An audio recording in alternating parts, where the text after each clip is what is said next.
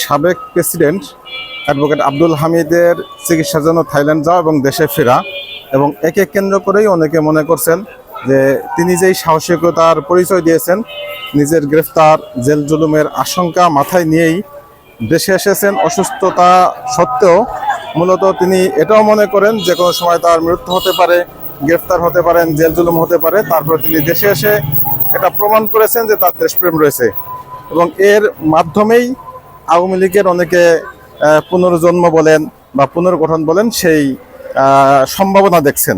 বিষয়টা এত সহজ নয়। অবশ্যই অ্যাডভোকেট আব্দুল হামিদ যেই কাজটি করেছেন, তিনি চমৎকার একটি উদাহরণ দিয়েছেন দেশপ্রেমের, যে প্রত্যেকটা মানুষ চায় তার যত সমস্যা থাকুক দেশে থাকতে এবং বিচারের মুখোমুখি দাঁড়াতে। সেটা তিনি করেছেন, নিঃসন্দেহ সাহসিকতার পরিচয় দিয়েছেন।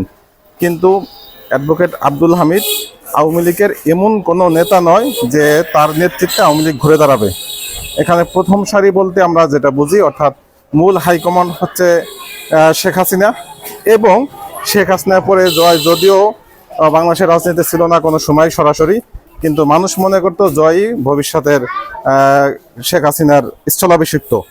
বাংলাদেশের রাজনীতি এভাবেই পরিবারতান্ত্রিক হয়ে আসতেছে, যে কারণে শেখ হাসিনা এবং শেখ হাসিনার পরিবার বা শেখ রেহানার পরিবার এদের বাহিরে গিয়ে অন্য কেউ আওয়ামী লীগকে পুনর্গঠন করবে, এবং সেই আওয়ামী লীগ আগের মতো মাঠে ময়দানে সেভাবে সক্রিয়তার সাথে রাজনীতি করবে এবং সেই দাপটের সাথে তারা রাজনীতির মাঠ গোছাবে। সেটা একেবারে অকল্পনীয় এবং অসম্ভব একটি বিষয়।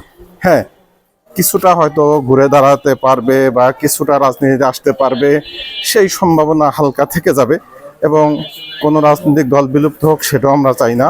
কিন্তু তার আগে এই অ্যাডভোকেট আব্দুল হামিদ বলেন আর যেই বলেন, তাদের এই বিগত জুলাই হত্যার দায় নিয়ে যদি সরি বলে, সেই ক্ষেত্রে বিচারের মুখোমুখি দাঁড়াতে হবে তাদেরকে।